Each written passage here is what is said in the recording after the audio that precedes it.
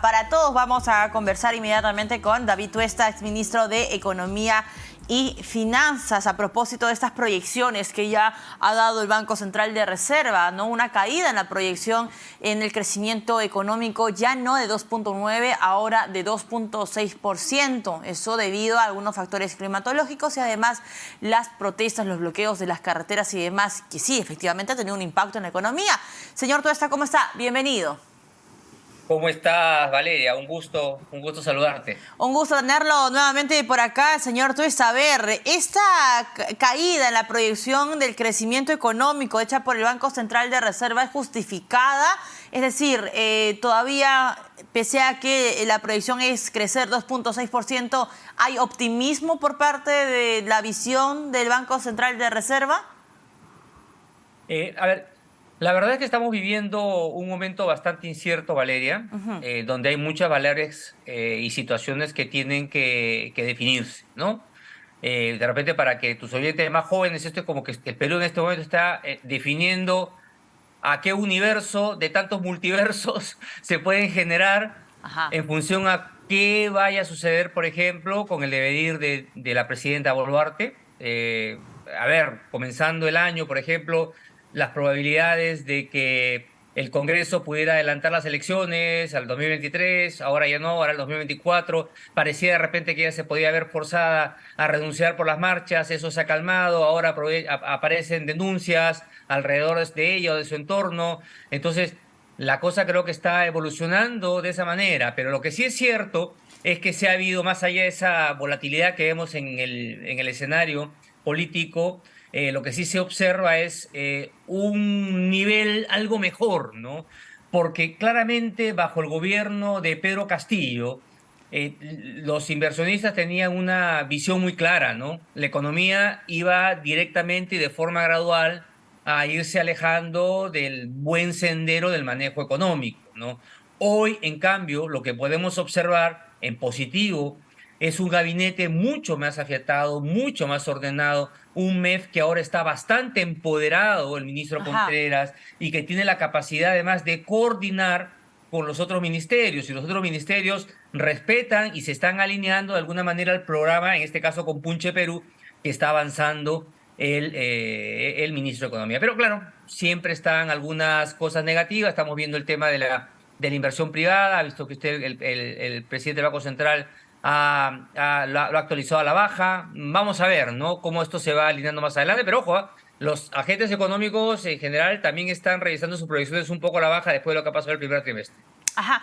Entonces, podemos concluir, señor Tuesta, que estamos empezando en 2023 golpeados económicamente. Es decir, hemos empezado cojeando, ¿no?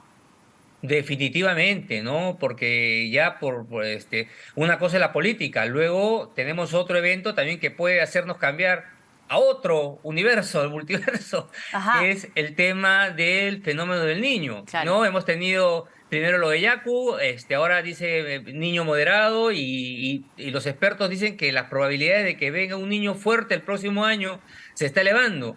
Entonces habrá que ver ahora toda esta labor de contención, este trabajo que muy bien está planteando el ministro de Economía de trabajar y de reconstruir los fondos de contingencia para tratar de enfrentar una posible situación, pues eso también empieza a Exacto. incorporarse en el escenario, ¿no? Ujú. Ahora, un poco para que los televidentes lo puedan entender, digamos, de manera un poco más sencilla, señor Tuesta, ¿qué significa que el primer trimestre de este año, 2023, haya un crecimiento cero? Por ahí es lo que dijo el Banco Central de Reserva. De hecho, más o menos en esa línea iba el Ministerio de Economía y Finanzas. Hoy el ministro Contreras dijo, vamos a tener un crecimiento de 0.5%, o sea, casi nada, ¿no?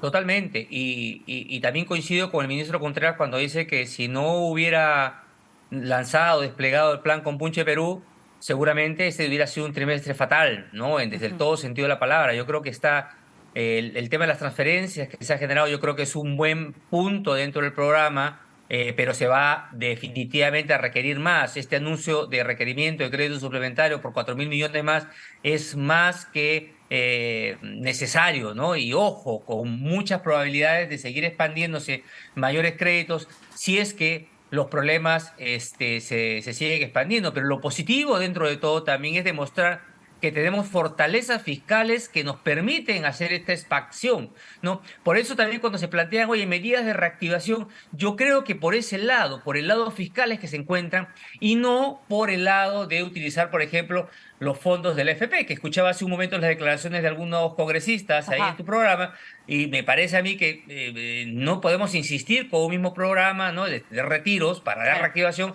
cuando lo que estamos viendo es que ahí no está el problema, ahí no están las MIPES, ni las pymes, ni las informales. Hay que buscar ayudas Claro. al resto de segmentos y ahí el gasto fiscal puede ser mucho más importante. Y en ese sentido, señor Tuesta, un crecimiento de 0% es menos inversión privada, menos empleo, menos ingresos en los hogares. ¿Es así? ¿Es una lectura correcta? Lamentablemente sí, hay ahí un círculo lamentablemente vicioso que se genera a partir de los malos resultados, ¿no? De lo que ha sido el primer trimestre. Ahora, tenemos la oportunidad, ¿no? Hay una esperanza, yo diría, a ver, las expectativas del Banco Central al mes de febrero se habían recuperado de manera significativa, ¿no? Habría que ver si estos se mantienen consistentes en marzo. Ok. Y lo que sí se observa es una fuerte correlación entre ello y las decisiones, al menos de inversión de corto plazo, ¿no? De las operaciones, de decisiones que se puedan tomar en el mercado local. Entonces, habría que ver que eso podría dar una sorpresa que quizás empiece a revertir en algo el segundo semestre de este 2023. Ahora, vemos, es cierto, ¿no? Es otro matiz el que tiene, otro chip también es el que tiene ese gabinete. El señor Alex Contreras a la cabeza del Ministerio de Economía y Finanzas me parece que está demostrando esa experiencia que ha tenido, ¿no? Por su paso en el Banco Central de Reserva, bastante técnico, y ha sido saludado incluso por el presidente del BCR, ¿no? Que ha tenido un rol bastante activo. ¿Será suficiente, digamos, sacar adelante este barco económico desde el Ministerio de Economía con esas medidas que ha dado el señor Contreras, teniendo en cuenta pues que todos los vientos están en contra? Señor Tuesta, tenemos fenómeno, tenemos probablemente esta crisis financiera en Estados Unidos, Fed ha dicho que probablemente hay una recesión en Norteamérica. Entonces, ¿cuál va a ser el campo de acción del señor Alex Contreras? ¿En qué más se pueda apoyar? Mira, yo creo que gran parte también va a depender de la responsabilidad que tenga el legislativo. Ajá. Yo creo que hoy debería sumar y alinearse en función a quien conoce de economía, que está en el ministerio respectivo y que está planteando un derrotero. Los derroteros funcionan, o los caminos funcionan mejor cuando todos los agentes se suman y empujan el coche hacia un mismo lado. Okay. Entonces, por ejemplo, si el Congreso quiere jugar a ser economista, yo creo que ahí entramos en problemas. Entonces, yo creo que ese es un factor importante que puede sumar. El segundo va a depender muchísimo del monitoreo, el seguimiento, del pulso diario que haga el gobierno. Esto es como jugar un partido diario, partido a partido. Hay que ver cada uno cómo se define. Y yo creo que el Ministerio de Economía y Finanzas está haciendo muy bien en tratar de reconstruir estos fondos de contingencia que ha demostrado, para también al mismo tiempo ir dosificando entre aquello que se va a ir necesitando en medida que eventualmente se pueda agudizar las circunstancias y lo que habíamos comentado, un desastre que ojalá no se dé el próximo año. Pero yo creo que hay espacio para el optimismo, pero es cierto también que la incertidumbre está ahí presente, ¿no? ¿La economía nacional podría aguantar los efectos de un fenómeno El Niño global y El Niño costero, como se ha advertido desde el Ejecutivo? ¿Hay con qué sostenernos?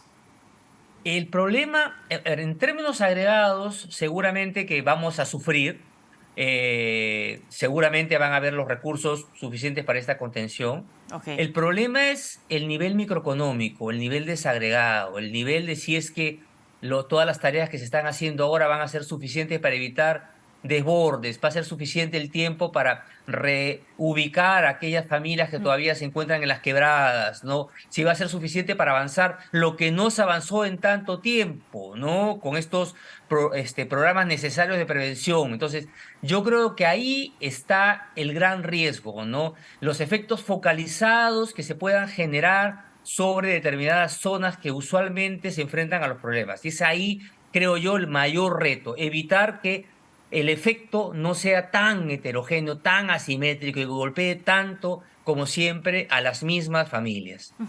Eso es importante, lo que menciona señor Tuesta, porque claro, sin eso pues va a haber cierta inestabilidad, ¿no? Cierta desprotección, y no sé si de repente los programas sociales van a estar a la altura de poder abarcar a todos al mismo tiempo. No lo sabemos. El nivel de pobreza también, me parece que la próxima semana vamos a tener un poco más de certeza en eso. Lo otro que le quería consultar es, este ciclón Yaku ya ha generado pérdidas de 1.300 millones de soles y podría duplicarse, lo que menciona el ministro de Economía, porque todavía no se tiene toda la data completa porque son autoridades nuevas. Y ese es otro reto también, ¿no? La inversión pública. Si bien es cierto, vamos 3 meses nada más del 2023, son rostros nuevos como alcaldes, gobernadores regionales. Me parece, y el balance que da el Banco Central de Reserva, es que ha habido una inversión pública muy positiva, pese a estos factores que van en contra. Entonces, nuevamente, el Ministerio de Economía y Finanzas jalando hacia una dirección positiva este desempeño, ¿no? ¿Cómo hacemos para que los alcaldes, con el poco tiempo que tienen, con la poca experiencia que tienen, puedan estar a la altura también de la ejecución presupuestal responsable? Mira, ahí hay algunos hechos resaltantes, ¿no? En primer lugar, el ministro, en general el Ejecutivo, ha hecho lo que tenía que hacer. Es decir, hemos tenido durante el gobierno de Castillo unidades ejecutoras del gobierno central malísimas, ¿no? Directores y ministros de sectores productivos que se dedicaron a hacer política, transporte, vivienda, educación, grandes ejecutores de infraestructura no hacían nada. Entonces, versus eso, yo creo que ha sido súper importante y se están viendo las cifras de la recuperación en tema de inversión del gobierno nacional. Se ve también el pulso respecto al apoyo que se está dando a los gobiernos regionales en el inicio de año, ¿no? Que se ve que también han generado una relativa mejora. El problema, como siempre, está en el ámbito de los gobiernos locales, ¿no? Los distritos, sobre todo, Valeria, los distritos, yo te diría los mineros, ¿no? Ajá. Los mineros que reciben cantidades ingentes de recursos, ¿no?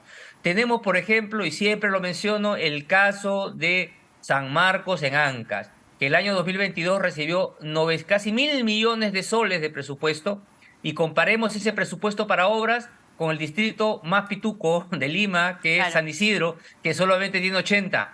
O sea, pero dejan sin ejecutar prácticamente el 80% del presupuesto y están arrancando mal, ¿no? Entonces ahí entiendo que Compunche Perú tiene un programa justamente para tratar de ayudar a estas autoridades, esperemos que pueda funcionar, pero ahí hay un problema de fondo, ¿no? Porque te imaginarás que incluso si San Marcos ejecutara eso, o sea, es imposible que pueda ejecutar 1.000 millones porque es demasiada plata para un distrito tan pequeñito.